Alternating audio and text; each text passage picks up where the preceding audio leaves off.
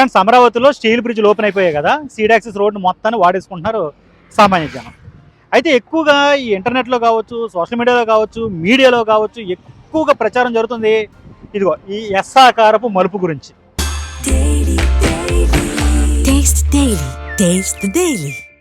కనపడుతుంది కదా మొత్తం ఆ ఎస్ ఆకారపు మలుపు. ఇక్కడ వరకు స్ట్రైట్గా వచ్చింది. ఎందుకు ఇలా మలుపు తిప్పారు, దీంట్లో ఏమన్నా అంతరార్థం ఉందా, లేక స్కామ్ ఉందా, ఇలాంటి రకరకాల అనుమానాలు, ఆరోపణలు, విమర్శలు, దానికి తగ్గ కౌంటర్లు, అంటే గవర్నమెంట్ సైడ్ వెర్షన్ కూడా ఉంటుంది కదా, ఇవన్నీ కలిపి ఒక పెద్ద చర్చను అయితే లేపుతున్నాయి. అసలు ఇంతకీ ఇలా ఎందుకు ఎస్ షేపు మలుపు ఇచ్చారు అనే దాని మీద గ్రౌండ్ రిపోర్ట్ చేసుకుందాం వచ్చే.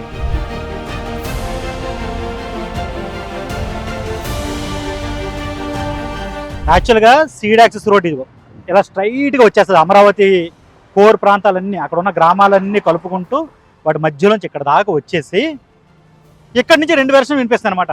ఇలా స్ట్రైట్గా వచ్చి ఈ ఎస్ ఆకారపు మలుపు లేకుండా అలాగా అక్కడి నుంచి స్ట్రైట్గా అలా కలిపేస్తే స్టీల్ బ్రిడ్జ్కి వెళ్ళిపోతుంది కదా.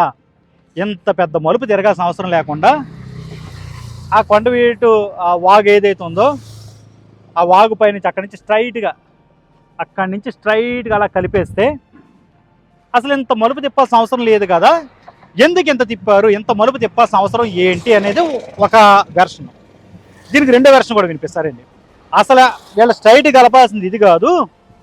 ఇప్పుడు ఇలా వచ్చింది కదా స్ట్రైట్గా, ఇక్కడి నుంచి డైరెక్ట్గా అలా వెళ్ళిపోవాలి. ఆ బిల్డింగ్స్ ఉన్నాయి కదా వాటిపై నుంచి డైరెక్ట్గా అలా వెళ్ళిపోయి ఆ ఏరియాలోంచి తాడేపల్లి, మంగళగిరి, ఉండవెల్లి ఇవన్నీ టచ్ చేసుకుంటూ వెళ్ళిపోవాలి. మణిపాల్ హాస్పిటల్ దగ్గర నేషనల్ హైవే కలిసిపోవాలి. అలా వెళ్లకుండా అసలు మొత్తం ఇలా రావడమే తప్పు. ఇది ఆ ఏరియాలో ఉన్న పొలాలు ఎవరియో కొంతమంది కావాల్సిన వాళ్ళు ఉన్నాయి గవర్నమెంట్కి, అందుకోసమే అసలు ఇలా తిప్పారు. డైరెక్ట్గా అలా వెళ్ళిపోవాలనేది రెండో వెర్షన్. ఈ రెండు వెర్షన్లకి గవర్నమెంట్ కౌంటర్ ఏంటో ఇప్పుడు ఆలోచిద్దాం వచ్చేయండి. ఇప్పుడు గవర్నమెంట్ ఈ రెండు వాదనలకి రెండు వెర్షన్స్ అయితే వినిపిస్తుంది. ఏంటంటే ఇలా యాక్చువల్గా స్ట్రైట్గా వచ్చి అలా వెళ్ళిపోవాలి. ఈ బిల్డింగ్స్, ఈ ఊళ్ళో ఉన్నాయి కదా బిల్డింగ్స్, ఈ ఊళ్ళలోని బిల్డింగ్స్ పైనుంచి వెళ్ళిపోవాలి. అలా వెళ్లకుండా ఇలా ఎందుకు తిప్పారు అనే దానికి గవర్నమెంట్ వెర్షన్ ఏంటంటే 2017 ఆ టైంలో వేసుకున్నటువంటి ప్లాన్లోనే సీడ్ యాక్సెస్ రోడ్డుకి సంబంధించి ఇది ఉంది. ఎందుకంటే ఈ బిల్డింగ్స్ ఏవైతే ఉన్నాయో ఇవి భూ సమీకరణకి కాస్త టైం పడుతుంది. లా పరంగా కొన్ని ఇష్యూస్ వస్తున్నాయి.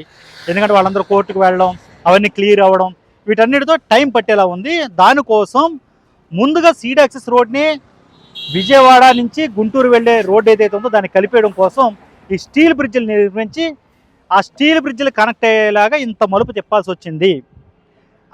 ఆ పైనుంచి కూడా వచ్చే రోడ్డు ఉంది ఖచ్చితంగా. అలా ఊళ్ళలో ఉన్నటువంటి బిల్డింగ్స్ పైనుంచి వెళ్ళే రోడ్డు కూడా ఉంది.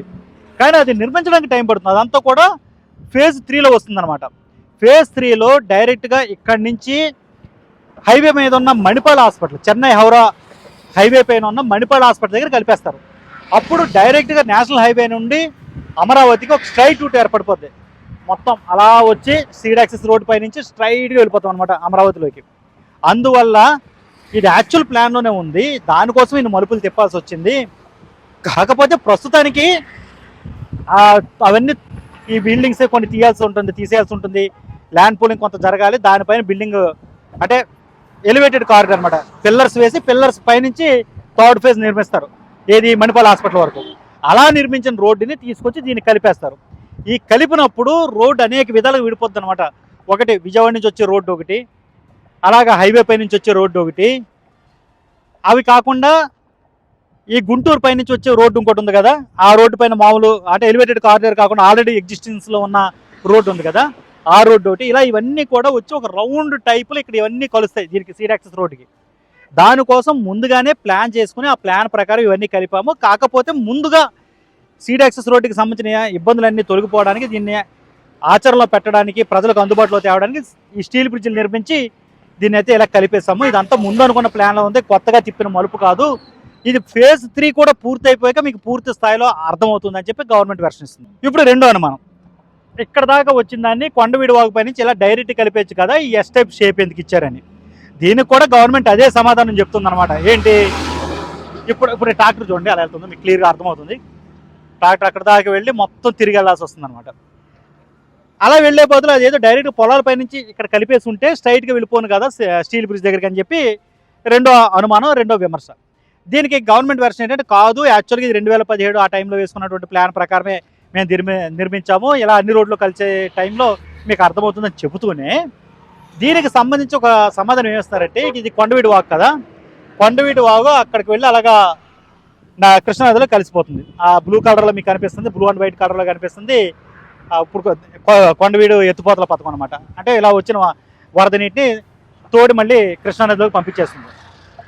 అయితే అక్కడ కనుక మీరు నిర్మిస్తే బ్రిడ్జి, ఇప్పుడు ఈ కొండవీడు వాగు మీద వర్షాకాలంలోనూ వరద టైంలోనూ అది చాలా ఫ్లోటింగ్ ఉంటుంది, బ్యాక్ వాటర్ వస్తుంది అనమాట. కృష్ణానదిలోంచి అక్కడ వచ్చిన వరద ఇటు వచ్చేస్తుంది, కొండవీటి వాగులోంచి వచ్చిన ఉధృతి కూడా ఎదరదాకా వెళ్ళి మళ్ళీ బ్యాక్ వస్తుంది అనమాట. అప్పుడు ఆ బ్రిడ్జికే కాస్త ఇబ్బంది కలిగే పరిస్థితి ఉంటుంది నిర్మాణ పరంగా. అదేవిధంగా అక్కడేమో మీకు వాటర్ ట్యాంక్, చాలా పెద్ద వాటర్ ట్యాంక్ ఉంది ఇక్కడ ఉన్నటువంటి గ్రామాలకు నీటిని సప్లై చేసేది, దాన్ని తీసేయాలి. ఇవన్నీ చేసే బదులుగా ఆ కొద్ది ప్రాంతాన్ని వదిలేసి కాస్త ఇక్కడ ఈ బ్రిడ్జిని అయితే నిర్మించారు.